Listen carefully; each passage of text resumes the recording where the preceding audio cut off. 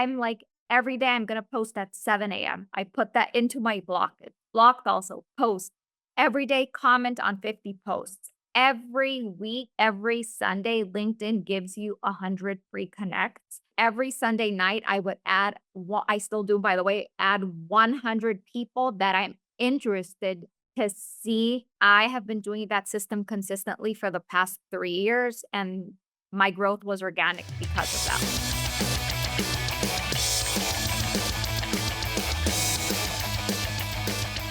We're back, and today I'm catching up with Cynthia Handal.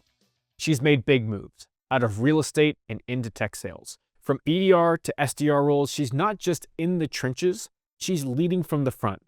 Cynthia's got serious experience building and managing diverse sales teams, shaping strategy, and driving real results. She's all in on social selling and coaching reps to reach their full potential. If you're in sales or leading sellers, this one's packed with gold. So Cynthia Handal is your name, but Cynthia, thank you so much for being on the Sales Gravy podcast. I'm so happy to be here. Like, I'm a huge, huge, huge, huge fanatical prospecting fan. It's the book that changed. I continue to say that to every single company I go to and every BDR I talk to.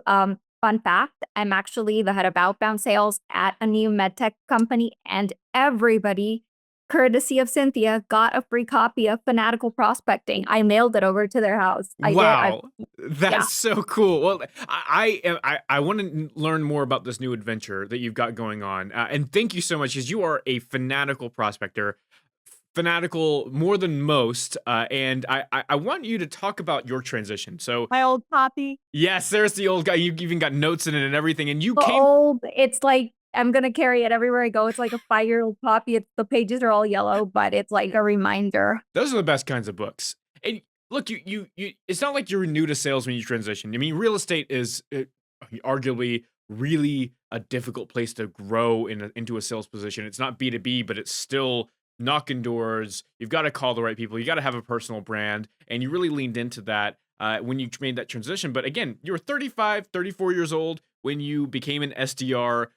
What was the most eye-opening experience that you had when you transitioned? You went from real estate to corporate sales development rep I activities. mean, it's a whole different world. Like, because I worked in commercial real estate sales and I worked for a real estate conglomerate, we were very well known. So just like immediately, like we mentioned the name of the mall that we were leasing because we had 15 malls under our portfolio, they would immediately know because it was on top of mind or they had heard about it. There were the biggest malls in the entire Central American region. So just saying the name, whatever, people would be like, oh yeah, like I've seen the stores. Like it was super easy to walk through the door versus when you're doing cold calling for a company that you're not the biggest company out there, you're the new up and coming startup. There's some buzz about you out there. But for example, I was given one of the hardest territories, California. We had basically zero presence in California, and two of our biggest competitors were huge in California. Like they basically owned like 90% of the market. So it Mm. was tough, like just having to do the calls every day in a different language because I mean, I had spoken English all of my life, but not in a work related environment. Like, having a conversation when you haven't used English, like as a day to day versus when you're selling in Spanish, which is so easy, but having those conversations and not sounding robotic, like you're like reading off a script. FYI, I still have flashcards like in my current role, like they help me a lot just to build my talk track and conversation flow. So it was just that, like eating the frog every day and just like, doing the calls every day, like practicing in front of a mirror, like doing more work than everybody else just because it was a lot harder for me because English wasn't my second language. So you're not only struggling with language, but you're also struggling with a technical product that you don't know. They're asking you questions. You're not familiar to the industry. The entire SaaS space is new to you. Like everybody's talking about things that you don't understand. So it was tough. Like I'm gonna say the first 6 months were hard, but I knew that I had to put in more work than everybody else just to, like, be ahead because 1, I was behind everybody else, English was not my first language, and 2, everybody had done some sort of cold calling and I had not. So it was basically like restarting from 0. And so how did you ground yourself? I'm sure those first maybe you had that onboarding period where you're sort of excited about the job, and then there's like that first month where they're training you on things, and then you hit that second month and they put a quota in front of you, and you're starting to realize that okay, California is a tough market. This is a lot tougher than maybe some other markets that I see other reps that are in. I'm not speaking English as my first language, and it's difficult for me to be conversational and not robotic. And also, cold calling kind of sucks. Like, if you be honest with it, it's not the most favorite thing to do. I don't wake up and if I'm gonna choose chocolate cake and cold calling, I don't choose cold calling. But you knew you had to get the job done. How did you anchor yourself to say, okay, 6 months were hard, but you didn't give up. You never gave up in those 6 months. So That I went back to what I would say when I started in real estate. This is funny because my ex-manager in real estate, she would tell us like, this is your portfolio. You have to do 20 calls a day. So, and send them at your end of day. And I'm like, hmm, what if I do 60? Because my 20 calls would be done in like 1 hour. And I yeah. was like, the rest of the day, like I got 2 appointments, maybe like, what if I did 60? I would make a ton more commission. I remember I would say to that in my real estate days. So when the other account executives were making 20, I was doing 60, 80, 100 calls and booking a shitload more of appointments, selling a lot more, leasing a lot more, and I became their boss eventually. So I said, I'm gonna do the same here. Like our quota was 40 calls, and I said, I'm gonna do 100. Yeah. I'm gonna do 100. Like, I just remember, like, and I remember reading the book that said, the more you prospect, the luckier you get. So I said, like, I'm gonna do 100 calls. Like, so I can at least maybe get 1 or 2 more appointments per day. That's definitely gonna change, my curve to be able to get more. And that's exactly what I did. The other SDR, we were hired two SDRs, was only doing 20, 30, maybe 40 calls. She wasn't booking anything. Yeah. And Cynthia, who nobody had faith in, that her English was like rusty, started booking appointments on her very first week. And I hit quota that first month. My quota was 10 appointments. I did 15 the next month and eventually was booking 20 appointments per month in a very niche industry, like express car wash owners in the US. Like there's only FYI, back then, the total addressable market was 15,000. I don't know what it is today. It's probably like 30,000 because it's tripled, but it was hard. And it was just that I wanted to stay ahead of everybody else. I remember that I wasn't only doing calls. I remember that to be lucky, you had to find out other channels. We were just taught to how to do cold calls. I read about email in the book and I said, I'm going to do email. I'm gonna email every person I call. I would email them. So I got a couple of appointments via email, and my emails were terrible. Like, if I remember what I was doing now versus what I do now with cold email, that I became good at it, I would say, like, it was a fail, but I was doing the work. I was following up. I was keeping a track record of my prospects. I even went into, like, forums because car wash owners would hang out in forums, and I also booked appointments via forums. So I was not just sticking to one channel, I was doing multi-channel. I was doing what everybody else wasn't doing, and that made me, like, stand out versus everybody else, so I think that what you illustrate, which is so hard to replicate on an individual basis, is that you had a direct tie from your real estate days into your SDR role of okay, these calls, these emails or these forum activities that I'm doing and all of these omni-channel prospecting activities that you're doing are directly tied to income. In Yep. in most SDR roles and BDR roles that I have observed, just personally have observed, there's a big emphasis on activity as a metric, and it makes sense, right? The more calls you make, the more emails you send, the luckier you get. But the metric is tied to is tied to the activity, not the outcome.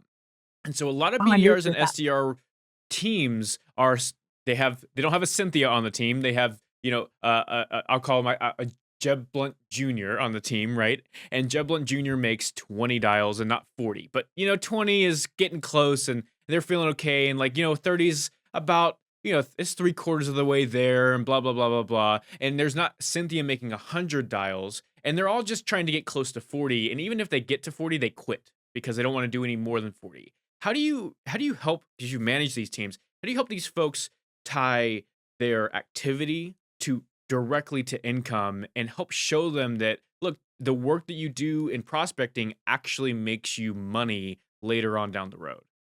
So the first thing is obviously like setting metrics. Like when I've run BDR teams, it's not an if I do the 50 calls, it's a must that you do the 100 or whatever calls you're asked to do.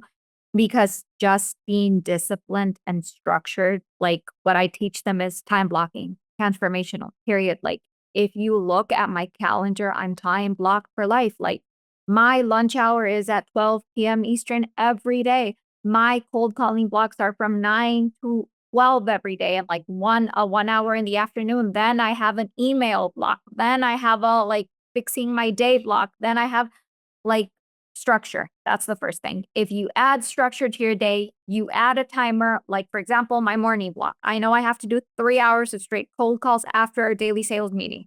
I put a 3-minute marker and I start dialing immediately.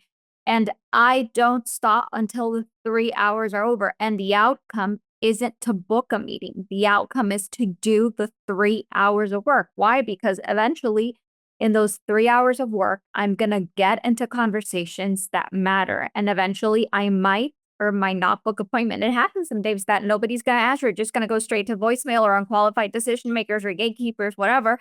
But it's just doing the work every single day and not mattering what the outcome is. It's being disciplined. Like the good luck finds you where the hard work puts you. Like it's just like I've seen so many sales reps fail that they're like, no, I'm gonna switch everything today. Like the script isn't working. That's why I'm not booking appointments. No, like there is a script or a talk track in place that works, that it has been proven to be successful for the other reps in the team. You just have to do the work and the rest will follow. Like have had days that I've been calling all day long and I got 0 appointments from cold calling, but then I got 2 appointments via email, period, and they came in at the very last minute of the day or a prospect texted me back. Yes, it happens like today, I got an email early, like I had already reached quota for the month. So 118% by the way for the month. Yes. So I had already reached quota, but I still wanted to get to today. So I'm like, I get an email, I book that appointment, perfect. I get on a call, I book another one via call, then I get a text, I book somebody else via text, and I'm like, I'm done. Then I get another email, and these are old emails that Yeah. are in sequence from the past. So it's like things happen to you when you start building your pipeline and you're disciplined. Like people expect to see results on day one. They're like, I did the 100 calls, nothing happened. That's not the way it works. Like you have to do like it's doing that boring work that people don't like to do. The boring work is where you will find success. Like the SDR and a BDR role, unfortunately, like it's a boring role. And it's a boring role when I say it's monotonous. You're going to be doing the same thing every day. You're going to do the calls, you're going to send the emails, you're going to send the LinkedIn messages. That's it. So you just have to do the work. And that's what I tell people when we're training them. This job is a structured job. Like if you do the work, you're disciplined with it, results will happen. If you're like trying to change up every day, like, no, I'm going to try this, I'm going to try that, but this isn't working, you're not going to know what works and what doesn't work for you because you're not sticking to any. So as a leader, as someone who works with these teams and builds these teams and understands that the fundamentals every day are cumulative to success later on. And you're not going to get it in the first month, but 7 months of doing that, you're in a position where you set 4 or 5 appointments, you're 118% to quota. You set 4 or 5 appointments for next week, right? Or for next month. And you're already ahead of the game for next month. And you just keep doing that. You're always going to be ahead. But you have these teams, right? And there are lots of people on them. And I'm sure that you come across these cases where people keep changing what they're doing. They're not having success. and they're struggling with the mindset. And I know that there's a lot of managers in the world who have these situations. How do you handle coaching someone back into the fold, helping them get the success that you know that they can get if they do it the right way without, I guess, without rubbing them the wrong way and turning them completely off and then having to find someone else to fill that position? So the first thing that I tell them is understand the why and the why of what motivates them and the reason of why they got into sales in the first place. Like for me, yes, obviously it's tied to money, but it's because I want to provide myself a life to myself, my fiance, and my family that if I wasn't in sales, I could never provide for myself. Like I have bad days, like everybody has them. Everybody has bad days. And it's like a bad day isn't every day. Don't turn a bad day into a bad week into a bad month. Like the first Mm, thing is just remembering the why you were doing this job and why you originally got into this job. It's probably most people are going to say yes, make more money, but a lot of things are into that. Like, you wanna become a better person, you wanna be the best version of yourself, like, how is that gonna be done? Like, you wanna provide a better life for yourself, your family, you wanna take trips, you wanna buy yourself things, so that's the first reason, motivation on why you got this job. Nobody's gonna tell you, "I'm here for the experience," like, nobody's here for the experience. Everybody has an ulterior motive, being that make more money, provide yourself a life, help your parents, buy yourself a house, everything. So that's the first thing. Remind yourself why you're doing this. The second thing that I tell reps that it's important to have a work-life balance, like do things on the week, like 1 or 2 times a week that it's stepping out of the sales world, like, do things that you enjoy, do sports, hobbies, watch a TV show, something that helps you disconnect from the sales world, because if you're constantly thinking about sales, sales, sales, and you're on the weekend, sales, sales, sales, like, it's very hard to step out of that zone and come back Monday, which is the beginning of March, the end of Q1 for most of us, and come in with a different mindset that we have to close the quarter, so it's like that disconnect, like, go on a hike, do everything. It's important let that you do those things mm. outside of work that keep you motivated. So, I'm also checking on their personal side on that side as well. What are they doing? And something else that it's not for everybody, but I love that at the company I'm at, like, they don't force us, but they tell us of the importance of, like, doing things to develop yourself outside of work. Like, I'm doing the challenger training right now just because I wanna become, like, a better version of when I'm doing calls, especially now that I'm selling into the MedTech industry. I'm talking to doctors, I'm talking to all NPs. I It's a whole different world, which is kinda refreshing, different from the normal SaaS world, but conversations go differently. So it's really not about booking the appointment. It's about having a qualified conversation, a good discovery call, asking the right questions, hence the 700 flashcards, and understanding the why in that conversation. Once you uncover the why, which is the pain point, why they originally looked into this, the appointments will happen. But all of those things are tied into the why did you get into sales? Like, that's how I talk. Like, I think I've changed my mentality a lot of when I was just starting to lead BDR teams, I was like, activity, activity, activity, and now I'm more like, at the end of the day, if you booked 40 appointments and 30 were no-shows, it's not working out. Like, what really matters is the show rate the connect rate versus, the conversion rate, how many people actually showed up, how many people were actually qualified, and how many people actually moved to the next step. So volume is good, but so is conversion and quality. So I've changed my mindset a lot on teaching people like how to train correctly, find that motivation to become a better version of themselves. Like, it's helping me a lot personally. And like I've seen that change tremendously in my career as well, like the past 6 months. I think it's important to go back and listen to what Cynthia said there. It's the why. So why are you here? It's the health part of your life. So the things that you do outside of your job that help you develop personally, that informs your ability to do the job you do for those 8 hours or 10 hours or 6 hours if you're really good at what you do every single day during the week. And then also taking the time to professionally develop on your own or, with your organization, but trying to do that by yourself is a really great way to give yourself confidence. It also allows you to be more clear-headed and clear-minded about why you're doing what you're doing, and it feeds into that activity part. Like if you're booking 40 appointments and 30 of them don't show, likely that's because you're desperate, right? You're setting appointments with anybody who can fog a mirror just because you know there's a number to hit, and not because you're doing it for the reasons that you got into sales, not because you are taking care of yourself outside the workplace, and you're not developing as a professional. You're just putting numbers on the board, which is never going to get you to where you want to be. And as somebody who works with teams, and now you're in a position where you're leading an organization into the markets, the value of a diverse sales team. So and walk through what you mean by diverse, and how you foster that organization into a unified effort to win for the business. So I love it at so for me, it was really refreshing at the company I'm at where everybody's measured by the same standard.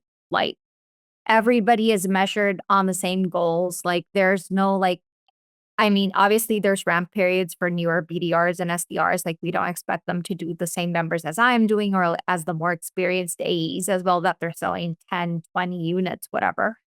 But at the end of the day, everybody has to send their end of day. At the end of the week, everybody has to send their end of week. Everybody's required to do the same metrics and everybody's measured on the same. Obviously, quotas are different, especially with the new reps. But once everybody's ramped up, everybody has the same goal.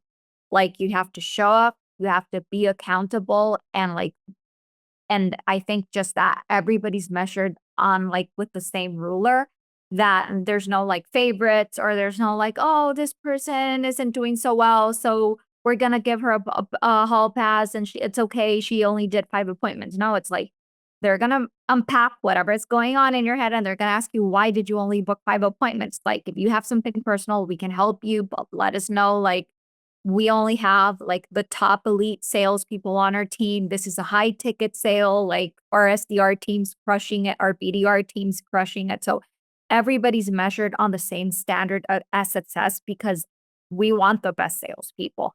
And it's easy to, from when you've come from other organizations, I think, where it's not like that. Like, when somebody's friends with the CEO or with the CMO and whatever, and like, it can be you can get caught up and you can just see the difference where, like, everybody's motivated because everybody has the same incentive. It's like, if you get to this goal, you, and 10 other people, 100%, you all made it. You all get the same price. If only 5 of you got to a goal, well, all of you 5 get it. So everybody has the same incentive. Everybody has the same commission structure. And it just motivates you to become better because you see that everybody on the team actually cares. Everybody wants to like make money. Everybody wants to help everybody be successful. So I think that's one of the biggest things. Like measure everybody, obviously not the new rep, but everybody to be aligned on the goals and like the vision.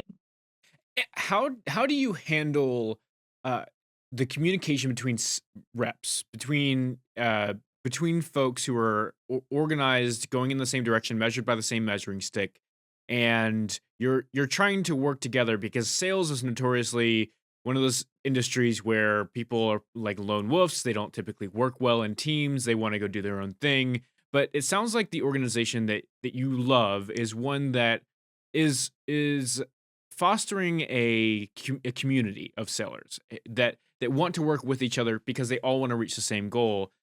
How do you handle those conversations, and what does it sound like inside of that organization?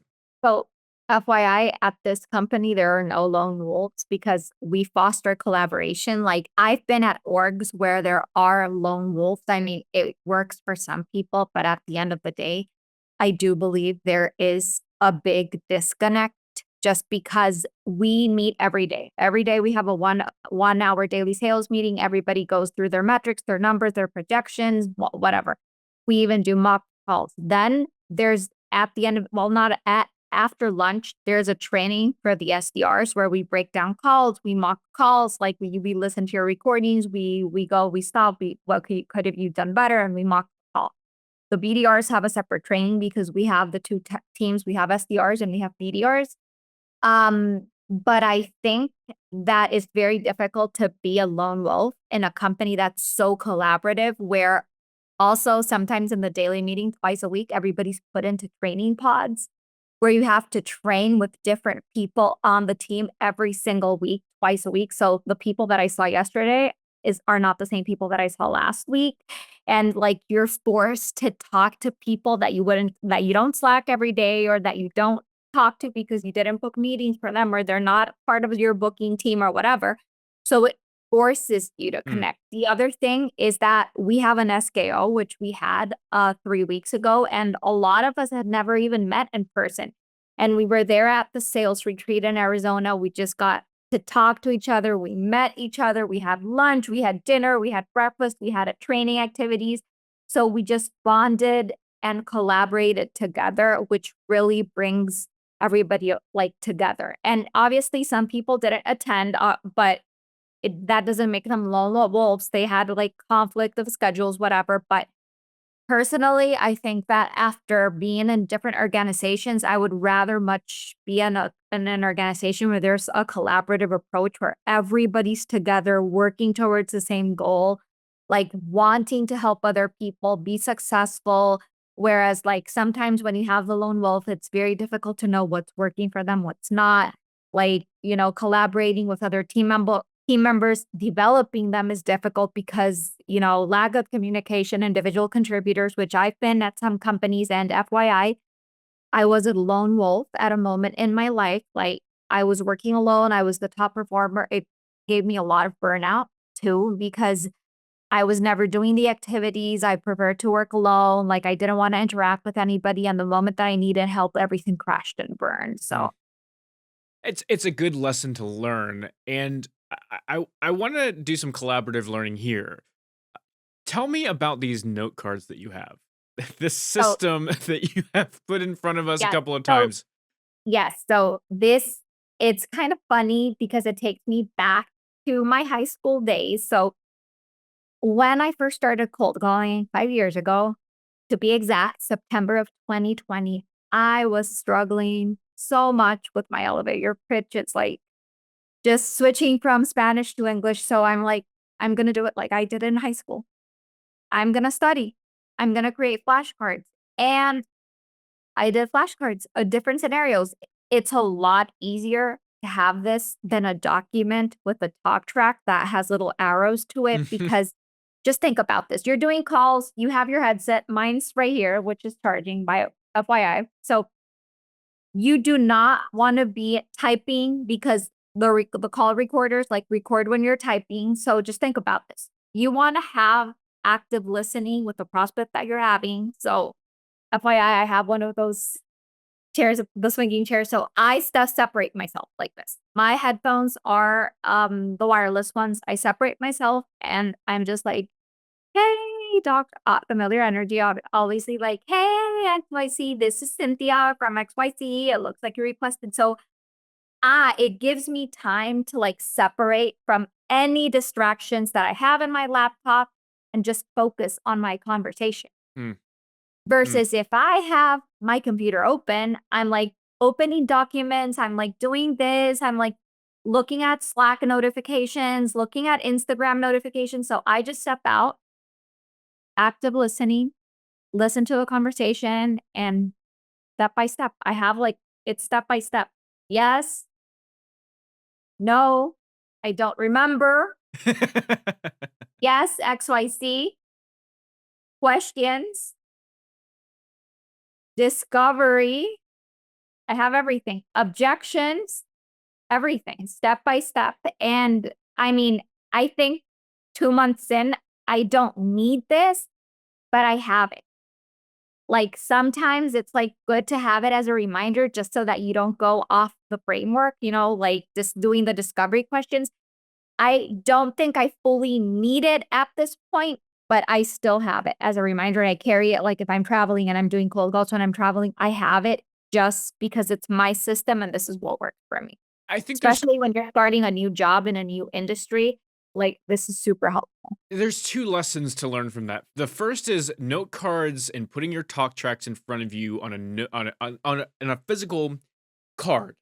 Work in the beginning of your role because you're gonna start to remember what you need to say, and it's gonna become easier and easier, then you don't need them. But when you don't need them, don't get rid of them because then you don't start to change. And what happens is people, they get rid of their note cards and they start to change their talk tracks and they start to get off, and then, 5, 6 months from the point where they threw the cards away, it's not working anymore. Their language isn't working. It's not getting the same results, and They it's because forgot it's the questions that they were supposed to ask because they got comfortable, like, Mhm. asking questions that they were saying, or the other thing is life happens. Like, you're having a bad day and, like, you're completely off your frame and, like, you're not your usual bubbly self. You need this reminder to stick to your frame. Like, that's like, I think that I keep it in case because sometimes, like, I've gotten so used to the calls that I forget, like, but I keep them next to me. Like today, I picked them up and that's how I booked a call, like during the call that I booked today. I love it. I love it. Okay, so you are a social media guru. I don't know. You're so much better than I am at social media. It's insane. This is personal branding. You've made a community. People follow you that aren't even necessarily in your network, or who could buy from you. You haven't put yourself in a niche that is only for you. You've really spread your knowledge and worked with a lot of folks on social media, independent of the jobs that you've held. Give people an insight into the strategy, the motivation. Walk people through how you became a top influencer in the space that you're in. So the main reason why I accidentally became an influencer, that's what I tell everybody because the main reason I started posting on LinkedIn was to get more leads. In SaaS, like everybody in SaaS lives on LinkedIn, and I came from an industry, the car wash world, where nobody lived on LinkedIn. So I go into SaaS 3 years ago and I'm like, everybody lives on LinkedIn. Like, I gotta do this. Like, people are booking meetings left and right. Like, people are saying, like, I booked 40 meetings from LinkedIn. I'm like, this, I have to do this. And so I start reading what people are saying. Like, I don't know anything about it. I had like 1,000 followers. Like, my LinkedIn was back from 2011. And I just start like adding people because I see that people are telling me that you add other people. And I'm like, okay, so I'm posting every day about my team, what we're doing. And I start thinking that if I'm active and I interact with my prospects' posts, I might get their attention. Like, we're trying to book more meetings. This is another channel. So I just became, again, very disciplined because I'm very structured and I thrive on like you're gonna call me crazy. I like the boring work just because I thrive on, like, where things are, like I know life isn't meant to be, like, 1, 2, 3, but I suffer from anxiety, so for me, like, structure and, like, 1, 2, 3 is, like, perfect. I like to Mm. follow schedules, I'm like that. So I'm like, every day I'm gonna post at 7 AM. I put that into my block. It's blocked also, post. Every day, comment on 50 posts. Every week, every Sunday, LinkedIn gives you 100 free connects. So I would every Sunday night, I would add what I still do, by the way, add 100 people that I'm interested to see the content that I'm creating, which for me is the sales world. So I'm adding CROs, CMOs, CEOs, founders, co-founders, VP of sales, head of sales, sales managers, anybody in that spectrum or realm of sales, I add them every Sunday. So I added 100 people, and people ask me, what do you do? Add 100 people every week, post every day from Monday to Friday. That's the only way I post. What is another tip is I schedule my posts 2 weeks in advance. So for example, my posts are up today. Tomorrow, I'm going to block 2 hours of time where I'm just going to go into like inspiration mode, film a few videos, like ad hoc videos on cold calling, whatever, and schedule my posts until March 15th so that I don't have to be like thinking, what am I going to post today? They're scheduled for the next 15 days. And just engage with other people. For me, I have been doing that system consistently for the past 3 years, and my growth was organic because of that. Like some posts went viral, some posts did not go viral, but I think it's more about being consistent. Like I don't use automation tools. I don't use AI to write my posts. I'm like very original, and it's work. Like if you're not willing to put in the work, again, the boring work to make your LinkedIn be successful, it's not going to happen. Do I get inbound and organic leads? 100%. When I was in Chimera as the CMO and head of sales, I would get at least 3 inbound leads per week of people asking me, I want to hire an assistant. I want to hire a PDR, just because they saw my content and they would look into the company I was working at. So it works if you're consistent, period. Period. I love it. Cynthia, you are awesome. You have so much knowledge. People need to go follow you on LinkedIn because your strategy, you're very open about all of this, and you teach people every single day. Really, really excited to have you on the podcast. We want to let you have a few moments here. Where can people connect with you that makes the most sense? So I'm super active on LinkedIn. You guys can find me on LinkedIn. They're probably going to drop my link, and I want to give out advice to somebody. FYI, they didn't ask me to do this, but I'm going to say it. Like, if you're new to the sales world, definitely get into reading books. Again, they didn't ask me to do this, but I give this book to every new BDR out there. I just gave it to my team at my new company. Even our director of sales, he had never heard of the book, and I sent him a copy. This is a great way to get started. They have webinars. There's also like the Challenger sales trainings. They're all on Spotify, which you guys can do. There's so many great resources out there that you guys can get started to. And remember that the boring work is where you usually find success. Like the hard work puts you where the good luck finds you. And the more you prospect, the luckier you get. So do the work. There's no secret formulas. Cynthia, thank you so much for being on the Sales Gravy podcast. Big thanks to Cynthia for sharing her authentic journey. From real estate to tech sales to coaching BDRs and leveling up sellers, she's proof that passion and experience can change the game. If you've ever led a team, changed careers, or helped someone grow into their potential, this one will hit home. Hit like, drop your favorite takeaway in the comments, and subscribe.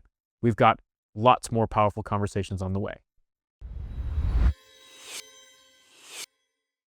Thank you so much for watching this video. Please make sure to click like and subscribe so you never miss a single video. And if you want more sales training content, go to learn.salesgravy.com.